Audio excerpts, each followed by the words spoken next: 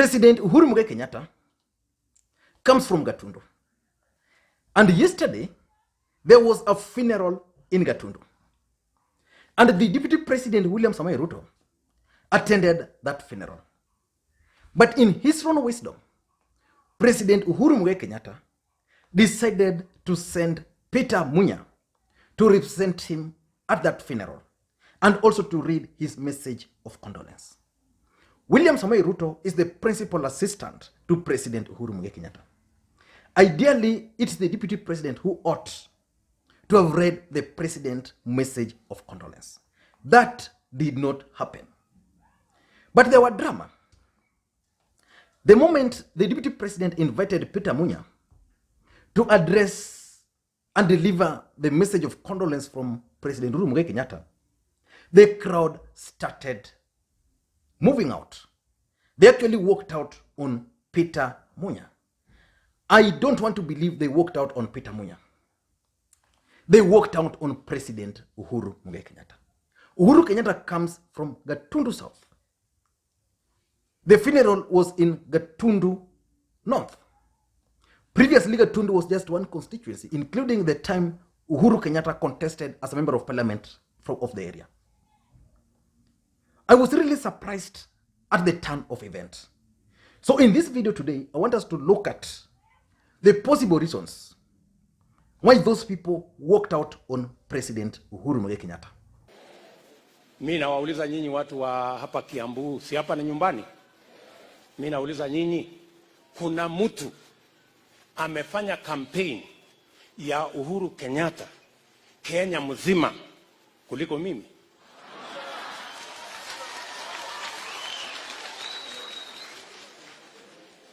Tukipanga mambo ya Kenya, tunapanga mambo ya Wakenya wote. Na tunataka tushirikiane.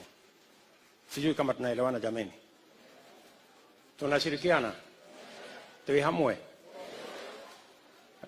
Tuko pamoja? Hebu nione wala wanasema tuko pamoja. Basi sitaki kusema kuzidi hapo. Sasa wacha nichukue nafasi hii nimkaribishe Waziri Munya aje asome taarifa ya rais na pia aseme mambo yake. Karibu waziri.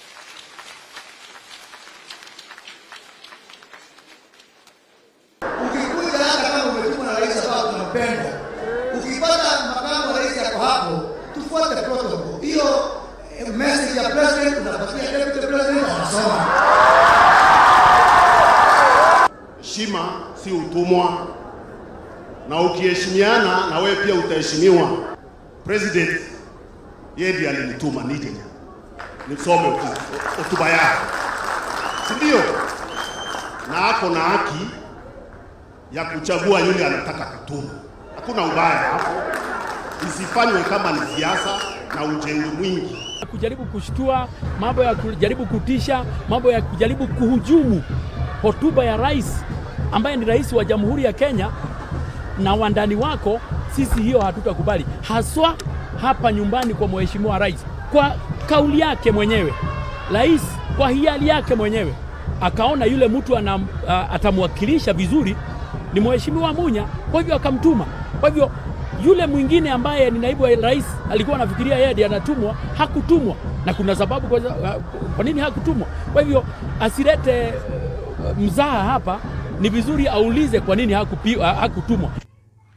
Why do you think these people walked out on Peter Munya or President Uhuru Kenyatta? Now, before we proceed, if you're watching this video for the first time, please take a second or two and click the subscribe button so that next time we produce a video like this, YouTube will automatically notify you.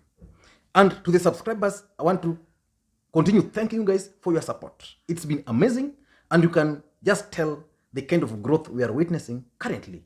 So the request I'm making to you guys, just give this video thumbs up. Now let us get back to main issue.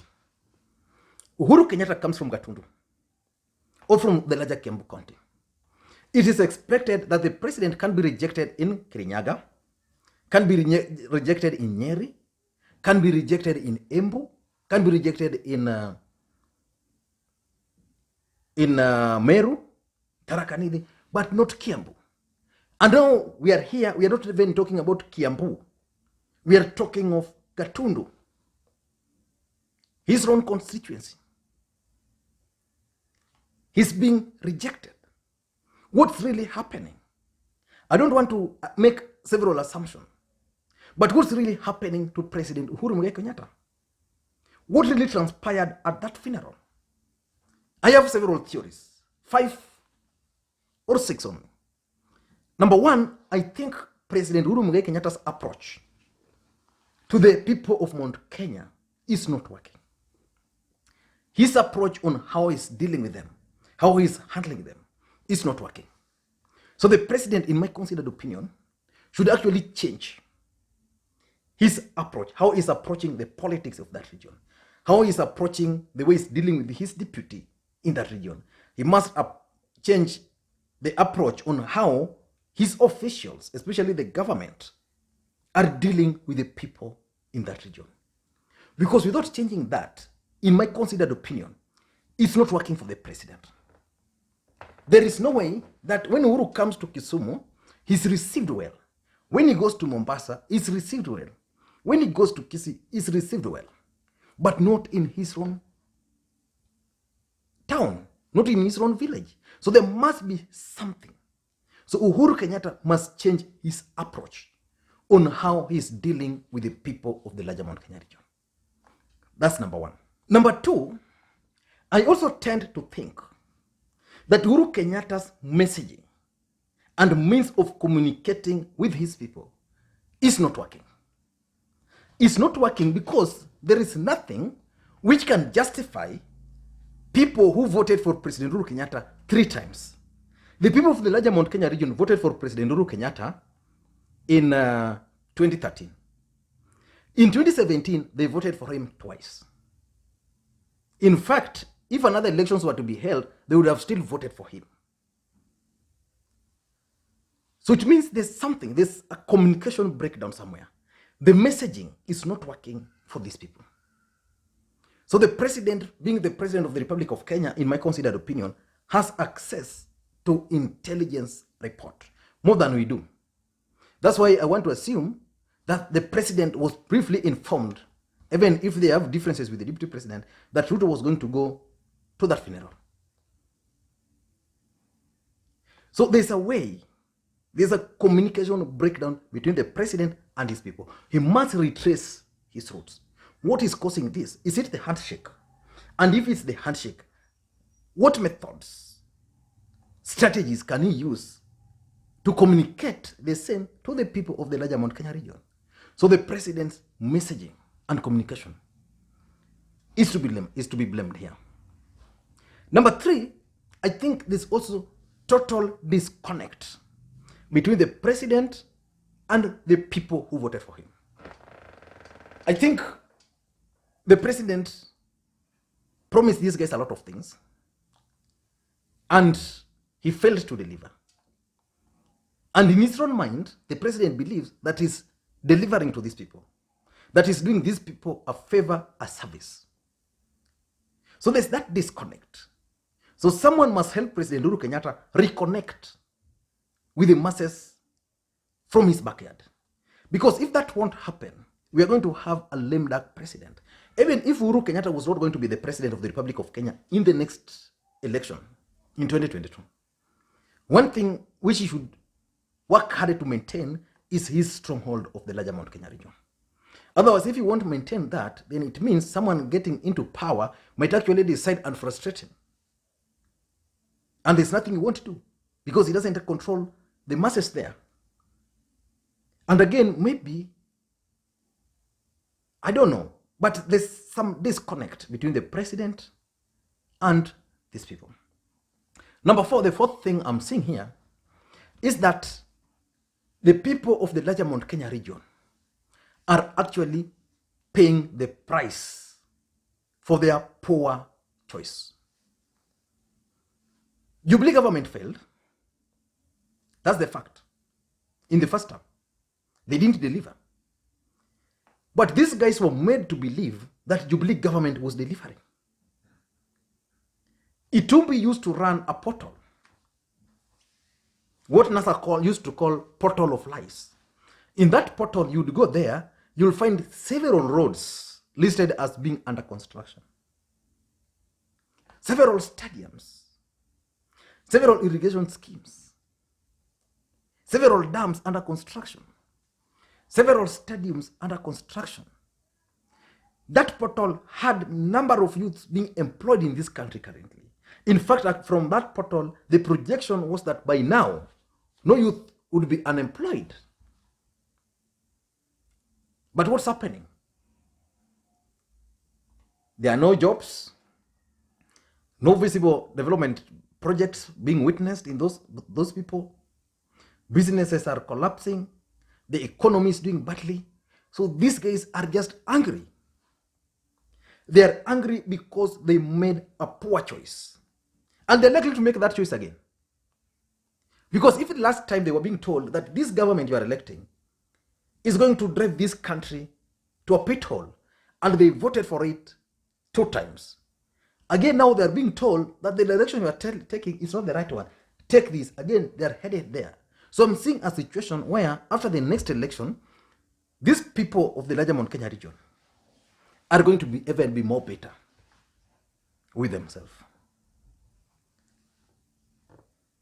Number 5, something which I'm also suspecting, I want to put it 2 in 1, is that either William Ruto has serious propaganda machinery against the president in his own backyard, or in that particular funeral, the crowd were mobilized to heckle Peter Munya. The truth of the matter is that William Ruto left wherever he left and headed to Gatundu, knowing so well that this is the home to President Uhuru Kenyatta. And he also needed to prove a point that he's the king there. And he knew the president was not coming. I'm sure if the president attended this event, probably it would have been a different story. So he knew the president was not coming. And he knew the president was going to send someone to represent him. So chances are, because this is very common with Tanga, chances are that these guys mobilize youth. You know, Tanga they have created a network, some grassroots network there, which informs them of anything. So they can always activate this network and tell them the deputy president is coming to this area. So mobilize this number of people.